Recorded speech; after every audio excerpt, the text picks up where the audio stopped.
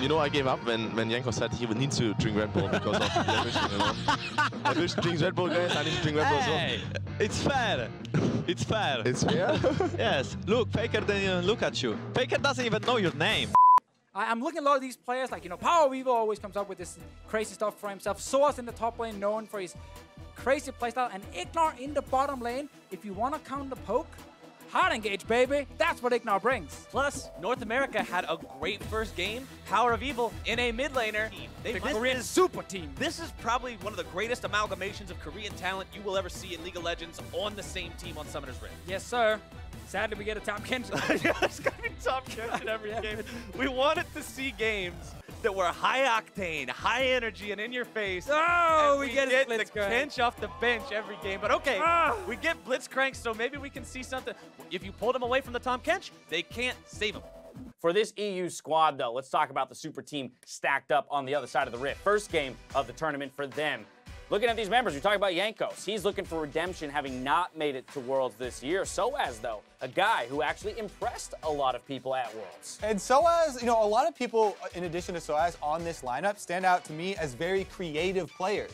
And this is the tournament where I'm looking most forward to creative players. Ignar was at Worlds with the Blitzcrank, you know, breaking the Ardent Censer meta. Soaz has always done that. Over 6 years of professional League of Legends play. Then you look at Reckless down there at the bottom lane and his Kennen pick that he had all year.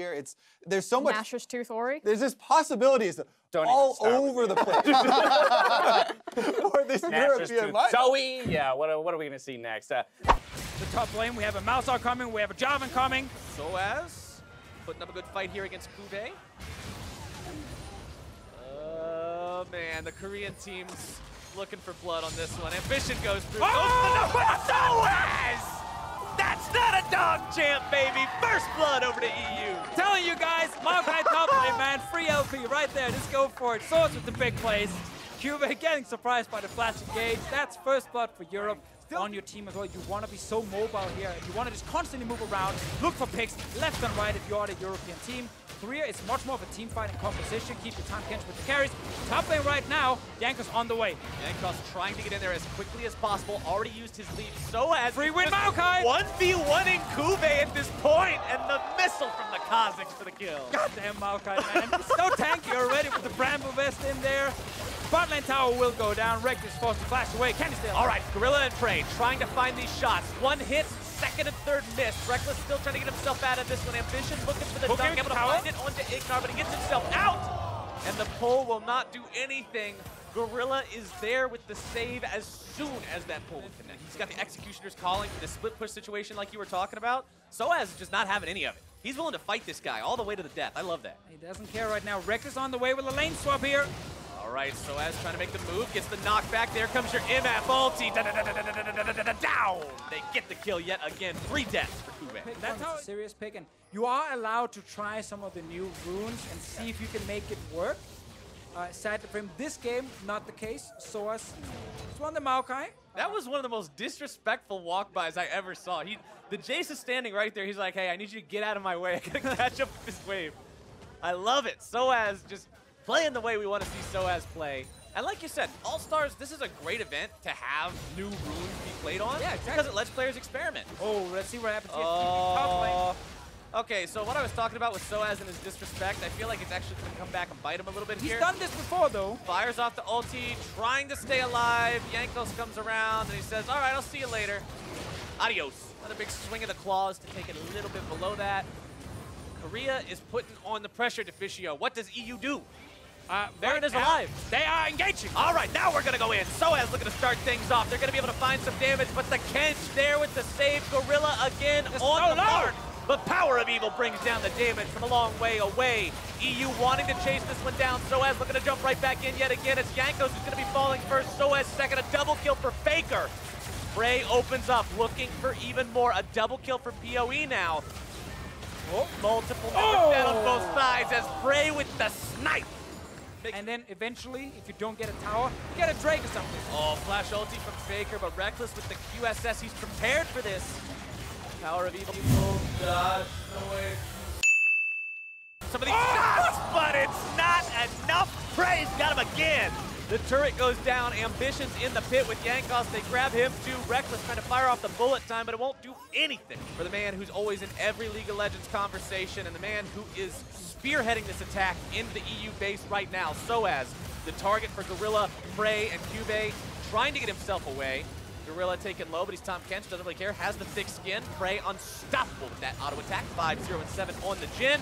Bullet time opens up, not gonna do a whole lot. Soaz just gets hammered around by Cube. And that is it. Korea on the Nexus.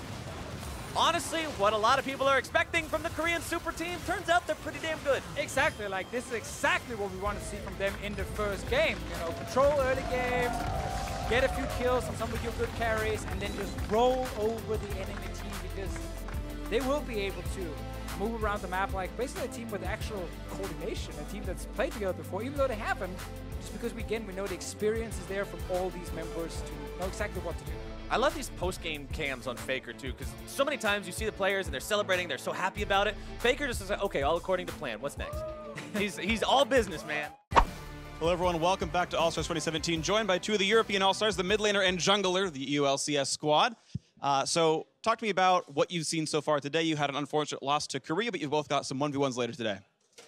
Well, so I feel like we all experienced Zoe being really, really strong and really, really broken. So I think this champion is going to be... I actually thought he's going to be first picked and banned every single game. So I was surprised that he was 2 times open, but 2 times it won really hard or in a really strong fashion. So I think it will be banned the next games.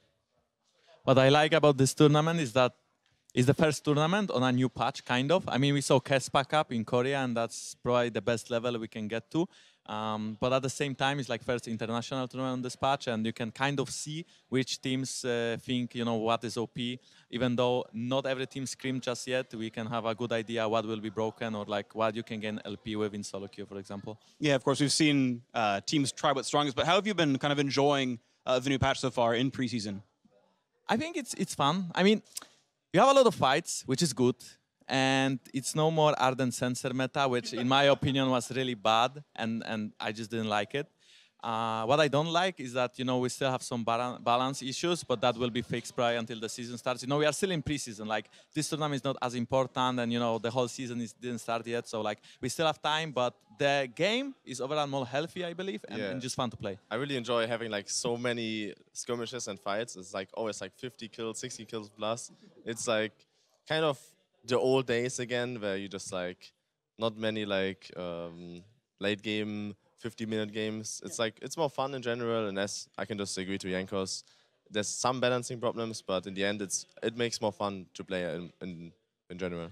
I'm glad you guys have been enjoying it. So I do want to look forward to your respective 1v1s. At the end of the day, you're going to be playing them. How's it going to go? Are you going to smash? Well, I think he's only playing against fans, so if he would lose... Yeah, but you are coming to NA, so if you want to insult me, I will insult you as well, bro. Oh, well, wait for MSI, bro. Okay, sure thing, but I don't believe your team is good enough, my friend. But I mean, whatever, like, we'll see. I don't even know what team I'm going to play in. Yeah, I mean, I don't know either, but... Wink, wink, nudge, nudge. No idea what team we're going to play on. But you see, that's the point. Even though you joined any team, it still won't be good enough, you know? Because you will be there, so they won't be at MSI. So you're playing all in A region? Holy shit. I mean, you're not on TSM, so we already know you can't possibly win. They win everything. Well, who knows? Maybe I'm going to be the second mid laner for TSM. Sure. All right, moving on to the next set of questions here, actually. You guys are going to be witnessing LMS facing off against Korea at the end of the day. You will be rounding out your group stage tomorrow. Talk to me about what's going to happen for your 5v5s the next day and your chance to make it into the top 4. Well, I feel like we're just going to watch the last game of today, LMS against Korea, and then we're just... And NA vs China as well as right after. Oh yeah, and NA vs China. And then we're just going to watch and learn as much as we can. I think today against Korea we learned a lot as well, and just take as much as we can for the games tomorrow.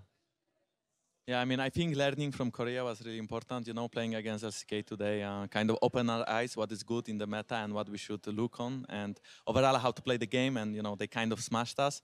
And LMS is our opponent tomorrow, along with Turkey. So we need to watch them, and we need to kind of learn and fix it for tomorrow. I think one thing good in the mid lane is winning mid lane would be very helpful. So try that one. That's a pretty good metagame point for you, Power of Evil. Anyway, thank you very much. We're going to toss it down to the cast. But before we go, we're going to hear from a couple of North America's All-Stars about what these matches mean.